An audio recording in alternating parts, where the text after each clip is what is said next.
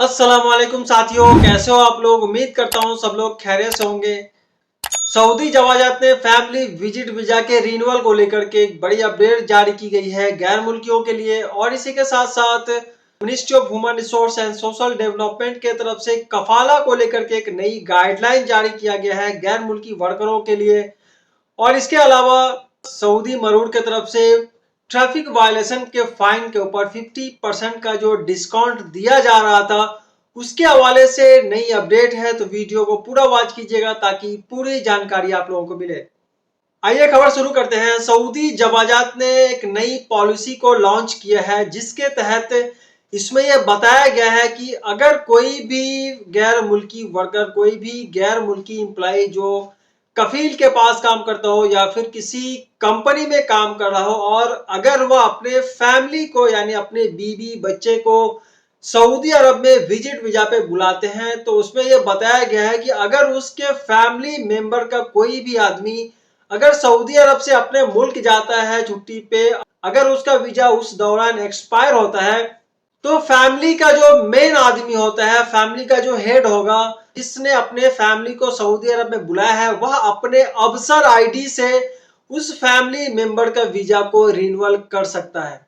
Family member में कोई भी हो सकता है, चाहे उसकी बीवी हो, उसके बच्चे हो, कोई भी अगर सऊदी अरब से अपने मुल्क जाता है और उस दौरान उसका अगर वीजा एक्सपायर होने वाला होता है तो वह आदमी जिसने अपने फैमिली को सऊदी अरब में बुलाया है वह अपने अफसर आईडी से उस फैमिली मेंबर का वीजा को रिन्यूअल कर सकता है। और इसमें यह भी बताया गया है कि जो आदमी अपने फैमिली मेंबर को सऊदी अरब में बुलाया है और वह अगर सऊदी अरब से बाहर जाता है और उसका अगर इकामा एक्सपायर होता है तो वह अपने से या फिर वह अपने अफसर आईडी से अपना इकामा रिन्यूअल नहीं कर सकता है। उसे अपने इकामा को रिन्यूअल करने के लिए अपने कफील या कंपनी से बात करना होगा। कफील या कंपनी ही उसका इकामा को रिन्यूअल कर सकता है। अब बात कर लेते हैं सऊदी मरूर के तरफ से एक गाइडलाइन जारी किया गया है, एक अपडेट जारी करके ये बता दिया गया है कि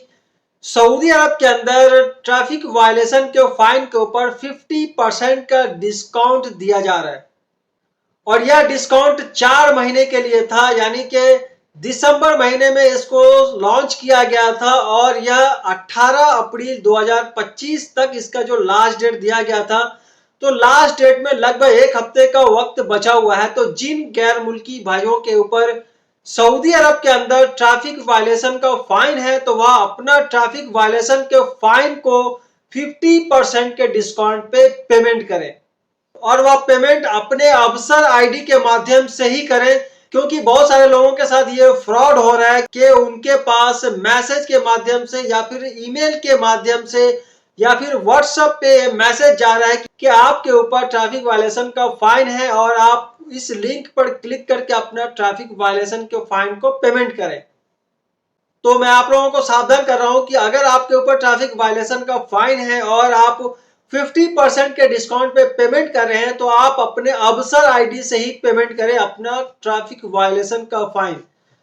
अगर आप दूसरे किसी लिंक से पेमेंट करेंगे तो आपके साथ धोखाधड़ी हो जाएगी, आपका ट्रैफिक वायलेशन का फाइन पेमेंट नहीं होगा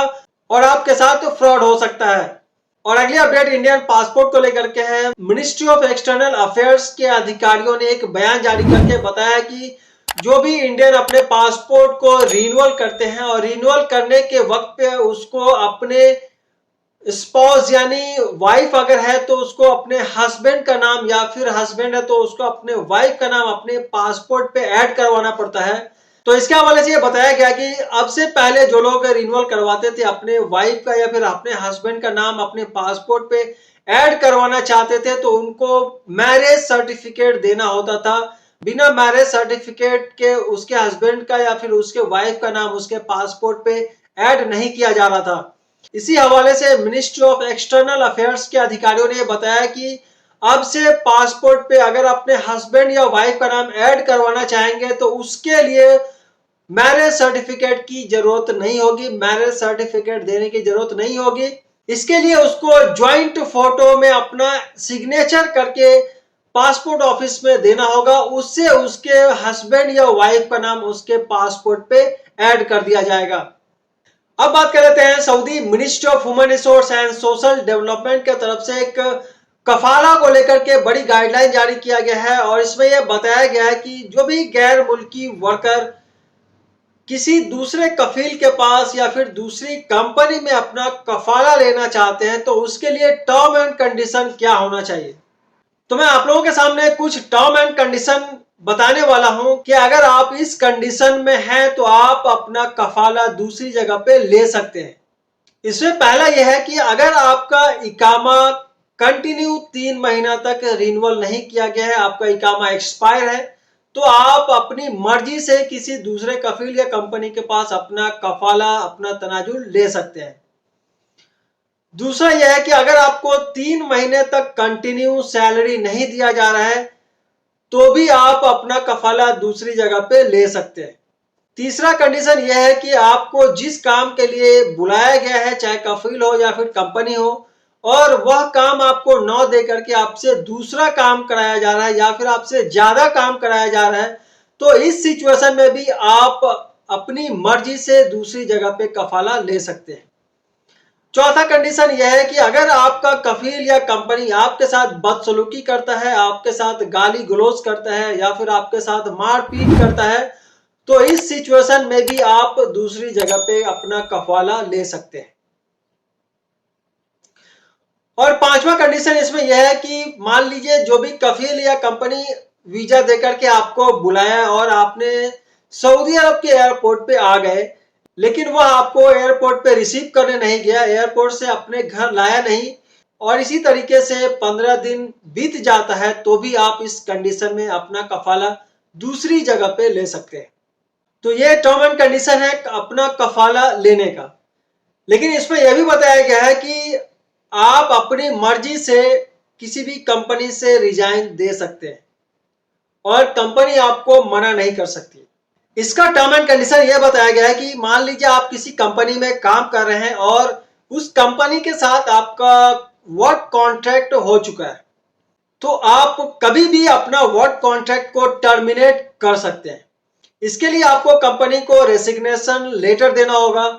और कंपनी 30 दिन के अंदर उस रेसिग्नेशन लेटर का रिप्लाई देगी, और अगर 30 दिन के अंदर रिप्लाई नहीं देती है तो 30 दिन के बाद से आपका कॉन्ट्रैक्ट टर्मिनेट हो जाएगा और उस कंपनी से आपका रिजाइन हो जाएगा, और 30 दिन के बाद आप किसी दूसरी जगह पे जहां आपका मन हो वहां पे आप अपना कफाला ले सकते हैं, तो अपना तनाजुल करवा सकते हैं। इसी के साथ साथ इसमें यह भी बताया गया है कि अगर कोई भी कंपनी अपने एम्प्लॉय को अगर टर्मिनेट करना चाहेगी तो उसे 2 महीने का वक्त देना होगा।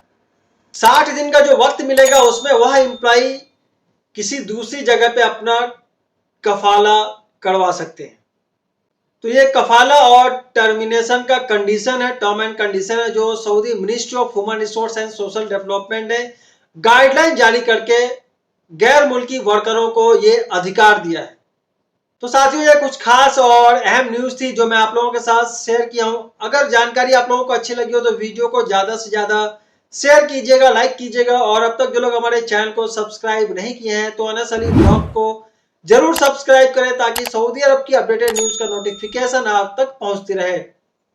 तब तक खुश रहिए, स्वस्थ रहिए, दीजिए मुझे इजाजत। फिर मिलते हैं अगली खबरों के साथ। अल्लाह हाफिज।